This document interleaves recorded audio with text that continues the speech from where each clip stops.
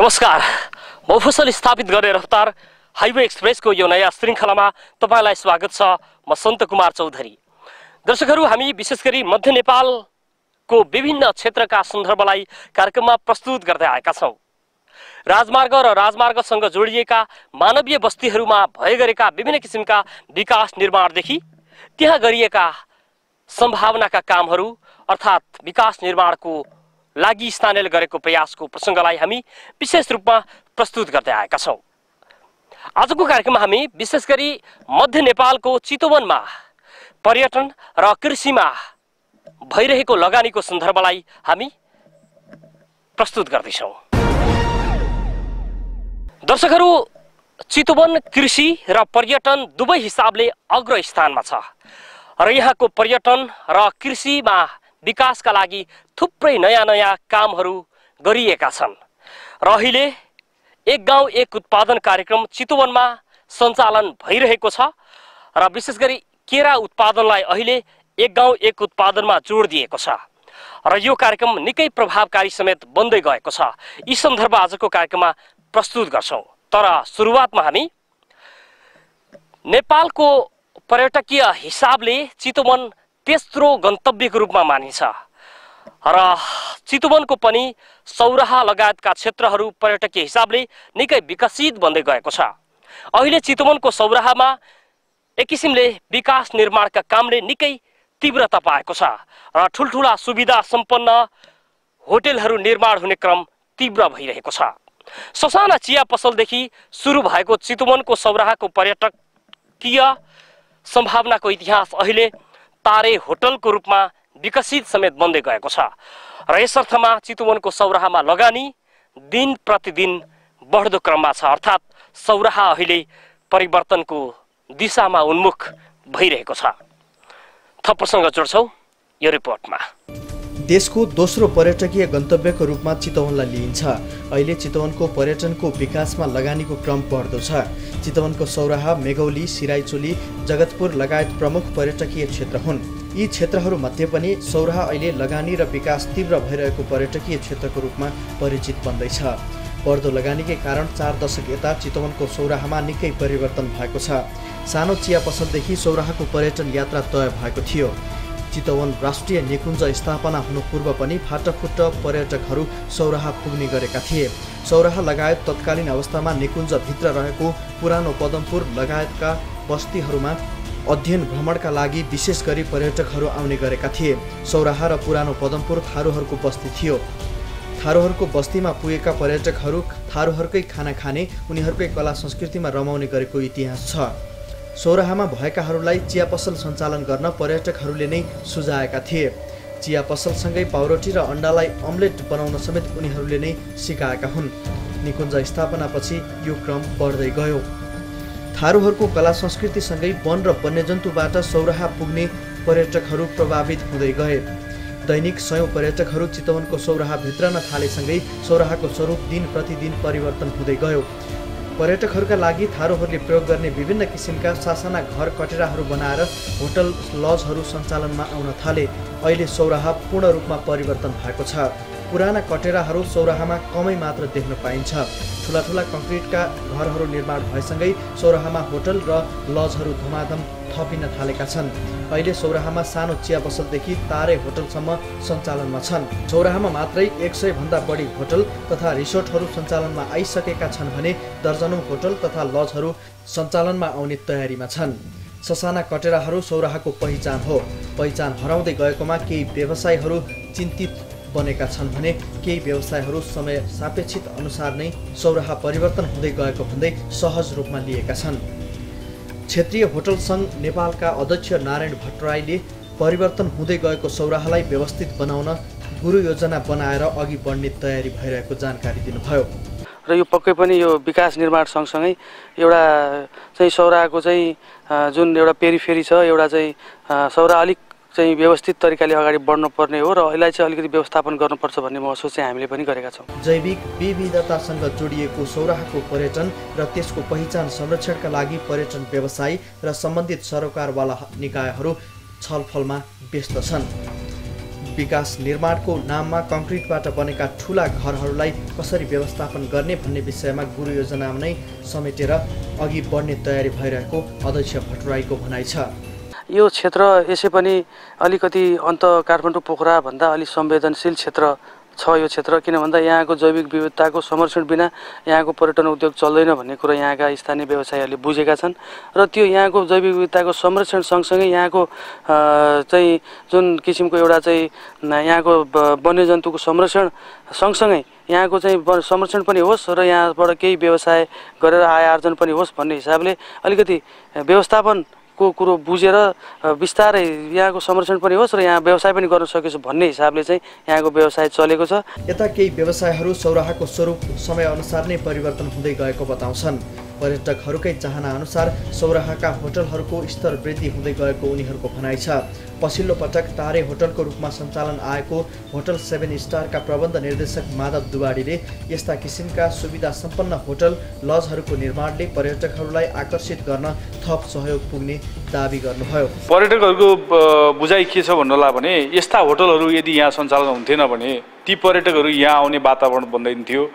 मलाई लाग्छ हामीले भिआइपीदेखि लिएर भिभिआइपीदेखि लिएर सामान्य लेभलका पर्यटकहरू, देशदेखि लिएर विदेशसम्मका पर्यटकहरू, नेपाली औद्योगिक घरानाका प्रोग्रामहरू, कन्फरेन्सहरू पनि हामीले यहाँ ल्याउने जमर्को गरेका छौँ, ल्याएका छौँ।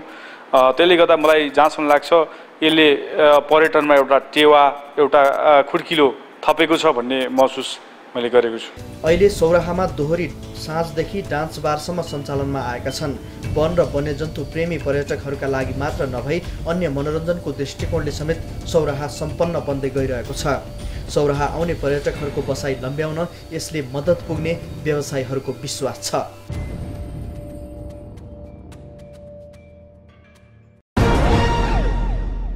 दर्शकहरू, नेपाल कृषि प्रधान देश हो र यहाँका अधिकांश नेपालीहरू कृषिमा आश्रित छन्।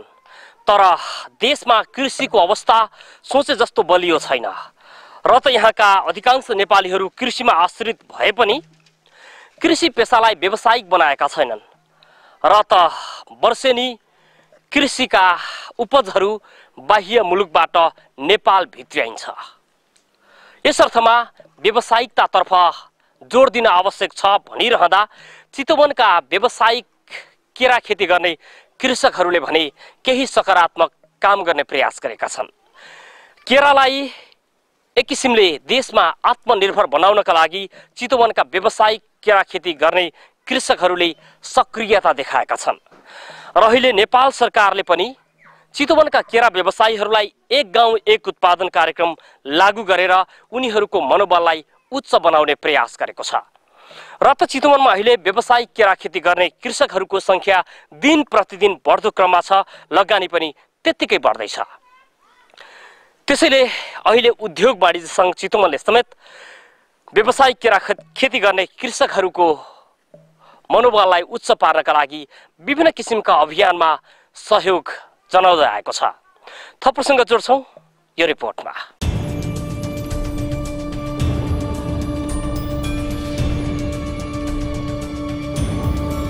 कृषि क्षेत्र अन्तर्गत चितवनमा केरा खेतीमा लगानी बढ्दै गएको छ।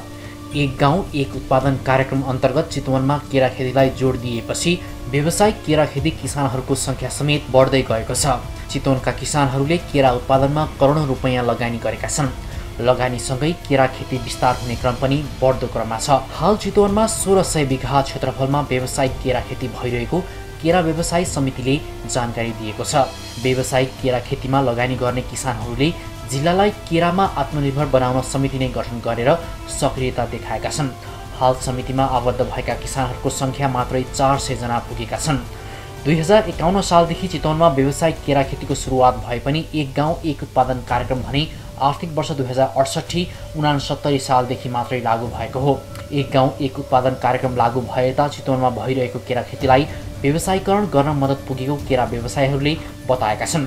केरा व्यवसाय समितिका अध्यक्ष यज्ञ प्रसाद सुवेदीका अनुसार एक गाउँ एक उत्पादन कार्यक्रमले कृषकहरूलाई प्रोत्साहन मिलेको छ। एउटा कुरा चाहिँ हामी अब सामान्य आम किसान होइनौँ, हामी व्यवसाय किसान हौँ भन्ने कुराको महसुस भएको छ सम्पूर्ण किसानहरूलाई। हामी अरू सामान्य किसान भएर जीविकोपार्जन मात्रै गर्ने होइन, हामीले यसलाई व्यावसायिक बनाउँछौँ भनेर सम्पूर्ण साथीहरू व्यावसायिकमा लाग्नु भएको छ। त्यसपछि अब अरू चिज पाउने भन्दा पनि यसले कार्यक्रम हो, यसले चाहिँ तपाईँको किसानहरूलाई चाहिने उपकरणहरू, प्रविधिहरू, तालिमहरू यस्ता किसिमका चाहिँ पाइएको छ। अवस्था यतिखेर हाम्रो अघिल्लो वर्षको कारोबार भन्नुहुन्छ भने 37 करोडको कारोबार थियो। यो वर्ष पनि अहिले हाम्रो तपाईँको लगभग 37 करोडको कारोबार पुग्ने हामीले अनुमान गरेका छौँ। 45 करोडको कारोबार पुग्ने थियो हाम्रो, बिचमा हावाहुरीले लगभग 9-10 करोड जतिको क्षति पुर्याइदियो। त्यसले गर्दा हामी त्यही अघिल्लो वर्षकै रेसियोमा चाहिँ हामी कारोबारमा छौँ। राहत अहिलेको क्षतिले गर्दाखेरि अत्यन्त अप्ठ्यारोमा परेको कुनै केस छ? अहिले हामी कहाँ तपाईँको लगभग 8-10 जना साथीहरू चाहिँ अहिले पनि तपाईँको केरामा किरा लाग्यो भने विषादी छर्ने पैसा छैन, मल हाल्न पर्ने छ, मल किन्ने पैसा नभएर छटपटिरहेको अवस्था देखिरहेको छौँ हामी। अहिले 9 करोडको क्षतिमा अहिले सुन्दैछु 3 लाख रुपियाँ केरा किसानलाई राहत भनेर बोलाइएको छ। अब त्यो 3 लाख लिएर आउँदाखेरि तपाईँको त्यो प्रति प्लान्ट तपाईँ 1 रुपियाँ पनि पर्दैन।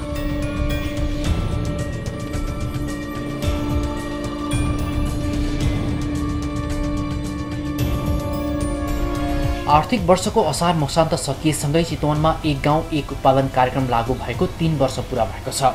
यो अवसरमा चितवनमा लागू गरिएको एक गाउँ एक उत्पादन कार्यक्रमको अवस्था र त्यसको प्रभावकारिताको अध्ययन अवलोकन गर्न आर्थिक वर्षको अन्त्यतिर चितवन र सप्तरी जिल्लाका उद्योग वाणिज्य सङ्घका प्रतिनिधिसहित सरकारवाला निकायका प्रतिनिधिहरूको टोली कृषकहरूको खेतबारीमा पुगेका थिए।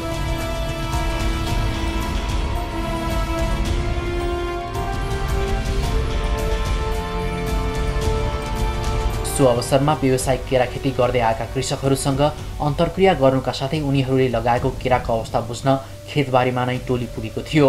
पञ्चवर्षीय योजनाअनुसार चितवनमा लागू भएको एक गाउँ एक उत्पादन कार्यक्रम सोचेभन्दा राम्रो भएको उद्योग वाणिज्य सङ्घ चितवनका अध्यक्ष कल्याण जोशीले बताउनुभयो। यो जुन अहिले नेपाल सरकारले नेपाल उद्योग वाणिज्य सङ्घको अन्तर्गतको कृषि उद्यम केन्द्रसँग सहकार्यमा चाहिँ नेपालभरि धेरै जिल्लाहरूमा एक गाउँ एक उत्पादन कार्यक्रम सञ्चालन भइरहेको छ र दोस्रो चरणमा चितवनले पनि यो अवसर पायो र अहिले हामी तेस्रो वर्ष सकिए तापनि पहिलो वर्ष चाहिँ हामी अन्तिम 4 महिना मात्र यो कार्यक्रम पाएका थियौँ र त्यसपछि 1 वर्ष पुरा भएर अहिले गएको वर्ष पनि 1 वर्ष पुरा भएको छ। समग्रमा भन्दा 2.5 वर्ष चाहिँ यो यसको कार्यक्रम सकिएको छ र पहिलाको वर्षभन्दा यो गएको वर्षमा धेरै उल्लेखनीय कार्यक्रमहरू भएको हामीले पाइरहेका छौँ र यो कार्यक्रम लागू भएपछि यो क्षेत्रको केरा व्यवसायको केरा खेतीको वृद्धिको साथै यसको व्यवसायमा पनि धेरै नै वृद्धि भएको पाएका छौँ र यहाँका कृषकहरू जो हिजोको दिनमा चाहिँ 1-2 कट्ठा 3-4 कट्ठा आफ्नो जमिनमा मात्र केरा खेती लगाउने गर्थ्यो भने अहिले आएर एउटा व्यावसायिक रूपमा 20-25 बिघासम्मको जग्गा चाहिँ लिजमा लिएर केरा उत्पादन गर्न लागिरहेको अहिले हामीले पाइरहेका छौँ। नेपाल सरकार कृषि विकास मन्त्रालय नेपाल उद्योग वाणिज्य महासङ्घ अन्तर्गत रहेको कृषि उद्यम केन्द्रले एक गाउँ एक उत्पादन कार्यक्रम सञ्चालन गरेको हो। चितवनमा उद्योग वाणिज्य सङ्घको संयोजन तथा जिल्ला कृषि विकास कार्यालय भरतपुरको रोहबरमा यो कार्यक्रम लागू भएको हो। कार्यक्रम अन्तर्गत चितवनका कृषकहरूलाई आवश्यक पर्ने स्रोत साधनदेखि प्रचार प्रसारको काम एक गाउँ एक उत्पादन कार्यक्रमले गर्दै आएको छ। यो वर्ष मात्रै व्यावसायिक केरा खेती गर्ने कृषकहरूलाई 7 लाख मूल्य पर्ने हाते ट्र्याक्टर 10 वटा वितरण गरिएको छ। चितवन केरा उत्पादनका लागि पकेट जिल्ला मानिन्छ। रत्नगर नगरपालिका, पिठुवा, जुटपानी, पदमपुर, जगतपुर, भरतपुर नगरपालिकाको ठिमुरा, मेघौली, चैनपुर, माडी क्षेत्रमा एक गाउँ एक उत्पादन कार्यक्रम लागू गरिएको छ। यो वर्ष चितवनका कृषकहरूले 25,000 मेट्रिक टन केरा उत्पादन गर्ने अनुमान गरिएको छ। उत्पादनको आधारमा करिब 37 करोड रुपैयाँ बराबरको आर्थिक कारोबार हुनेछ। यो अनुसार नै उत्पादन वृद्धि गर्दै लैजाने हो भने केरामा चितवन आत्मनिर्भर बन्नेछ। जिल्लालाई केरामा आत्मनिर्भर बनाउने अभियानमा जुटेका किसानहरूको मनोबल उच्च बनाउन चितवन उद्योग वाणिज्य सङ्घले नयाँ कार्यक्रम ल्याउने तयारी समेत गरिरहेको उद्योग वाणिज्य सङ्घका कार्यकारी निर्देशक रसिक प्रधानले जानकारी दिनुभयो। उहाँका अनुसार एक गाउँ एक उत्पादन कार्यक्रमलाई प्रभावकारी बनाउन यान्त्रिकीकरणमा जोड दिन कृषकहरूलाई प्रेरित गर्ने काम समेत उद्योग वाणिज्य सङ्घ चितवनले गर्दै आएको छ। सभा सम्मेलन गोष्ठीलाई भन्दा पनि ठोस नतिजा आउने खालको कार्यक्रमलाई उद्योग वाणिज्य सङ्घ चितवनले उच्च प्राथमिकतामा राख्दै आएको कार्यकारी निर्देशकको भनाइ छ।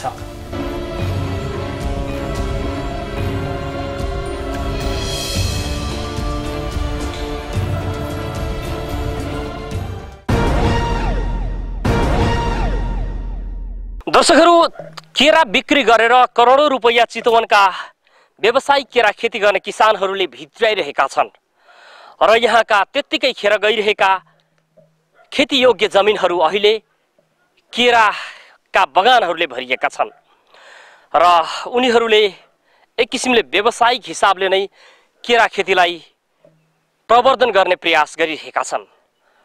यो क्रम एकातर्फ बढ्दै गइरहेको छ र यसलाई उनीहरूले झिनो समस्याका बीच सङ्घर्ष गरिरहँदा यसलाई अझै प्रभावकारी बनाइदिन सरकारसँग विभिन्न किसिमका समस्या र गुनासाहरू राख्ने क्रम समेत बढ्दो क्रममा छ।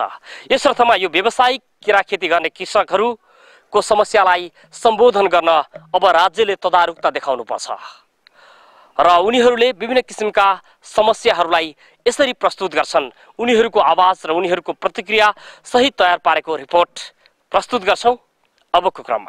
सरकारले आर्थिक वर्ष 2071-72 को बजेट सार्वजनिक गरेपछि व्यावसायिक केरा खेती गर्ने चितवनका कृषकहरू उत्साहित देखिएका छन्। सरकारले सहुलियत दरमा ऋण प्रदान गर्ने बताएपछि व्यावसायिक केरा खेती गर्ने कृषकहरू उत्साहित भएका हुन्। सहुलियत दरमा ऋण पाउने भएपछि कृषिमा लगानी गर्न युवा पुस्ताले समेत चासो देखाउन थालेका छन्। गत वर्ष हावाहुरीका कारण करोडौं रुपैयाँको नोक्सानी बेहोर्नु परेको चितवनका कृषकहरूले हिजोआज हावाहुरीबाट आफ्नो व्यवसायलाई कसरी सुरक्षित गर्ने भन्ने विषयमा समेत छलफल र बहस गर्न थालेका छन्। हुन त चितवनमा व्यावसायिक केरा खेतीमा लाग्ने कृषकहरूले भने उच्च जोखिमका बीच यो पेसालाई निरन्तरता दिएका हुन्। प्राकृतिक विपदका कारण हुने नोक्सानीलाई सरकारले वैज्ञानिक तरिकाले राहतको व्यवस्था गर्ने हो भने केरा खेतीले कयौं युवाहरूलाई नेपालमै रोजगारी दिन सक्ने केरा व्यवसायीहरूको दाबी छ। केराको मोमो, अचार, पकौडा, बुङ्गोको अचार, केराको चिप्स लगायतका परिकार बन्दै गएकोमा अब भने केराको रक्सी बजारमा ल्याउने तयारी भइरहेको छ। उद्योग वाणिज्य सङ्घ चितवनले यो विषयमा अध्ययन अनुसन्धान गरिरहेको अध्यक्ष कल्याण जोशीले जानकारी दिनुभयो। जुन यो एक गाउँ एक उत्पादन कार्यक्रम अन्तर्गत हामीले यो वर्षमा किसानीहरूलाई व्यवसायीहरूलाई धेरै कार्यक्रमहरू ल्यायौँ। जस्तो ह्यान्ड ट्र्याक्टर वितरण गरियो, स्प्रे यो कीटनाशक छर्नको लागि स्प्रेहरू वितरण गरियो र अन्य ठाउँहरूमा यस्तै किसिमको कार्यक्रममा अवलोकन भ्रमण गरियो र धेरै अन्य कार्यक्रम जस्तो कुकको ट्रेनिङहरू, अन्तर्क्रिया कार्यक्रम, व्यवसायी र कृषकहरू बीचको छलफल कार्यक्रमहरू गरियो। यसले चाहिँ एउटा सकारात्मक रूपमा अगाडि बढिरहेको छ र आगामी वर्षमा अझ बढी ठुला कार्यक्रमहरू हामीले योजना बनाएका छौँ र यही अन्तर्गत बढी अझ यो केरा व्यवसायलाई एउटा उद्योगमा कच्चा पदार्थको रूपमा प्रयोग हुने खालको उद्योगहरू जस्तो वाइन उत्पादन र अर्को चिप्सहरू उत्पादन गर्ने सन्दर्भमा सर्वेक्षणहरू गरिरहेका छौँ, अनुसन्धान गरिरहेका छौँ। यसलाई चाहिँ कार्यान्वयन गर्नको लागि हामीले चाहिँ प्रयासहरू गरिरहेको छ। यसको साथै चितवनको केरालाई चाहिँ नेपालभरि नै एउटा ब्रान्डको रूपमा इस्टाब्लिस गर्दैछौँ र यसलाई प्याकेजिङमा पनि चितवनको ओबिओपीको यो प्रडक्ट केरा हो भनेर चाहिँ प्याकेजिङमा पनि त्यो किसिमको कार्यक्रम ल्याएका छौँ र भोलिको दिनमा हामीले यो जुन पूर्व चितवनको पदमपुर, चैनपुर, ज्यामिरेतिर मात्र यो खेतीको सीमित थियो भने अहिले पश्चिम चितवनको जगतपुर, शुक्रनगरमा पनि यसलाई विस्तार गर्ने कार्यक्रम रहेको छ र यसको साथै यो नगरपालिकाको ठिमुरा क्षेत्रमा पनि अहिले कार्यक्रमले चाहिँ केरा खेतीको लागि भनेर यो विस्तार गरेको अवस्था छ। केराको बगानमा लाग्ने रोगलाई कृषकहरूले चुनौतीको रूपमा लिने गरेका छन्। रोग परीक्षणका लागि ल्याबको स्थापना र उत्पादन भएका केराको भण्डारणका लागि केन्द्रको स्थापना, केराको उचित प्रचार प्रसार गर्न सक्ने हो भने नेपाललाई केरामा आत्मनिर्भर बनाउन सकिने कृषकहरू बताउँछन्। हामीले कृषकहरूलाई केरा उत्पादनमा देखिएको समस्याको विषयमा जिज्ञासा राख्दा उनीहरूको जवाब यस्तो थियो। केरा व्यवसायमा त एक नम्बरमा मैले बुझेअनुसार तपाईँको यसको जस्तै हामी भण्डारण गर्ने ठाउँ हुनु पर्यो ठाउँमा। अब यसको जुन सिजन अफ भएपछि केरा बेच्नलाई कृषकहरूलाई अलिक गाह्रो हुन्छ। त्यो सरकारले त्यो प्रक्रिया मिलाइदिएको खण्डमा हामीलाई सजिलो हुन्छ केरा बेच्नलाई, कृषकहरू चाहिँ मारमा पर्दैनन्। केरा खेती गर्ने किसानहरूको अवस्था प्राकृतिक हिसाबबाट त धेरै क्षति भएर गयो, त्यो आफ्नो ठाउँमा रह्यो। तत्काललाई अन्य खेतीको तुलनामा यो खेतीलाई राम्रो रूपमा लिइन्छ। तरकारीहरू भन्दा यसमा चाहिँ अलिकति व्यावसायिक रूपमा जान सक्ने किसानहरूलाई आधारित छ। केरा खेतीको लागि अति आवश्यक भनेको मोल, खाद र पानी। सिँचाइको अति आवश्यक भएको हुनाले अब यसलाई सिँचाइको व्यवस्थातिर पनि अलिकति लगानी बढाउनु पर्ने देखिन्छ। सुरुवात त अहिले वर्षबाट हुँदैछ पनि। त्यस्तै गरेर भण्डारणको कुराहरू प्याकिङमा चाहिँ जस्तो चितवनको केराहरू ओबीद्वारा उत्पादन भएको हो भन्ने प्रमाणितकरणलाई त्यो प्लास्टिकमा चाहिँ कुन किसान, कति नम्बर वार्ड, कुन गाविस र कति केरा, कुन जातको केरा कुन मितिमा काटियो, कसरी प्याकिङ भएर चाहिँ कहाँ जाँदैछ, यस्तो एउटा टाइम टेबल र डेट समेत भएर चाहिँ विज्ञापन गर्न सकियो भने यसले नेपालको चितवनमा उत्पादन भएको केरा रहेछ र फलानु किसानसँग यो उत्पादन भएको हो भन्ने कुरो पुष्टि भयो भने थप ऊर्जाहरू पनि पाउन सकिन्छ, बाहिरबाट हेर्ने दृष्टिकोणहरू पनि राम्रो देखिन्छ। केरा खेतीमा त्यस्तो नराम्रो चाहिँ छैन हैन। अब अलिकति त्यही पहिलो समस्या भनेको हावाहुरीको समस्या हुन्छ। अनि अब मल महँगो छ, अनि अब लेबर कस्ट महँगो छ, त्यसको कारणले त्यही हो। तर अरू खेतीभन्दा केरा खेतीमा धेरै सन्तुष्टि छ। अहिले चितवन केरा उत्पादनका लागि पकेट क्षेत्रको रूपमा परिचित हुँदै गए पनि केरा उत्पादनमा देखिएको ससाना समस्याहरू समेत समाधान हुन सकेको छैन। केरामा लाग्ने रोगको समेत पहिचान हुन नसक्दा कृषकहरू निराश हुने गरेका छन्। अन्य बालीमा लाग्ने रोगहरूको विषयमा अध्ययन अनुसन्धानलाई तीव्र पारिए तापनि केराको विषयमा खासै अध्ययन अनुसन्धान समेत हुन सकेको छैन, जसका कारण कृषकहरूले केरामा लाग्ने रोगको बारेमा समेत पहिचान गर्न सकेका छैनन्। नेपाल कृषि अनुसन्धान परिषद नार्क खुमलटार काठमाडौँकी वैज्ञानिक विमला पन्तका अनुसार जनशक्ति र प्रविधिको अभावका कारण यस्तो समस्या देखिएको हो। केराको लागि चाहिँ अहिलेसम्म कसैले पनि त्यो अनुसन्धानको कार्यहरू गरेको मैले देखिनँ कि केरामा चाहिँ अब अहिले जस हेर्दाखेरि नार्कमै अब एउटा नेपालको यो कृषि अनुसन्धान परिषद हो, त्यति गर्दा गर्दै पनि अहिले बढी जसो उसले चाहिँ बालीहरूमा नै फोकस भइरहेछ कि अहिले फ्रुटमा चाहिँ नयाँ नै छ। अब ल्याबमा यो हुन्छ नि जनशक्तिको अभाव भनौँ, उहाँहरूलाई अब ट्रेनिङको पनि अभाव नै छ। अनि त्यसपछि गर्दाखेरि ल्याबमा त्यो ल्याब स्ट्रेन्थनिङको कुराहरू हुन्छ, चाहिँ ल्याबलाई चाहिँ अलिक बलियो बनाउने के इक्विपमेन्टहरू हामीले रिसर्च गर्दाखेरि के इक्विपमेन्टहरू त्यहाँ चाहिन्छ त्यो कुराहरूको पनि कमी छ। अनि त्यस्तै गरेर हामीलाई अब ट्रेनिङ दिने मान्छेहरूको पनि अभाव छ त्यहाँ है। अनि त्यस्तै कुराहरू समस्याले गर्दाखेरि अब यो फ्रुटमा चाहिँ अहिलेसम्म काम भइरहेको छैन कि, खास गरेर यो बनानामा, हामीले सिट्रसहरूमा, अनि त्यस्तो कुराहरूमा चाहिँ अहिले जस फोकस गरिरहेको छौँ। दर्शकहरू, चितवनमा एक गाउँ एक उत्पादन कार्यक्रम जसरी प्रभावकारी बन्दै गएको छ, त्यसरी नै लगानीका बाटोहरू, लगानीका ढोकाहरू खुलिरहेका छन् र आर्थिक हिसाबले बलियो बन्नका लागि अर्थात् केही पैसा कमाउनका लागि नेपालमा सम्भावना नदेखेर विदेशी नै त्यस्ता दर्जनौं युवाहरू अहिले यस्तै केरा खेतीका बगानहरूमा भेटिन थालेका छन् र उनीहरूले आफ्नै स्वदेशमा, आफ्नै माटोमा, आफ्नै जन्मभूमिमा केही गर्ने प्रयास गरिरहँदा नेपाल सरकार लगायत विभिन्न योसँग चासो राख्ने त्यस्ता सरोकारवाला सङ्घ संस्थाले उनीहरूको यो अभियानलाई सहयोग गर्न आवश्यक छ र जसरी कृषकहरूले यो केरा उत्पादनका लागि देखिएका ससाना किसिमका रोग लगायतका यी सबै समस्यालाई सम्बोधन गरेर समाधानको बाटो निकाल्ने हो भने यसैमा धेरै सम्भावनाहरू छन् र यही भूमिमा नेपाली युवाहरूले कर्म गर्नेछन् र देश आर्थिक हिसाबले मजबुत हुँदै जानेछ र आफ्नै देशमा, आफ्नै देश, आफ्नै माटो, आफ्नै भूमिमा श्रम गर्न युवाहरू प्रेरित हुनेछन्। त्यसतर्फ अब सरकारले ध्यान दिन आवश्यक छ, यति भन्छौँ। दर्शकहरू, आजको कार्यक्रम यति नै। तपाईलाई आजको कार्यक्रम कस्तो लाग्यो? आगामी श्रृङ्खलामा यस्तै नयाँ विषयवस्तु र नयाँ श्रृङ्खलाका साथमा आउने बाचा गर्दै यतिन्जेल मलाई टेलिभिजनमा हेरेर साथ दिनुभयो, तपाईलाई धन्यवाद।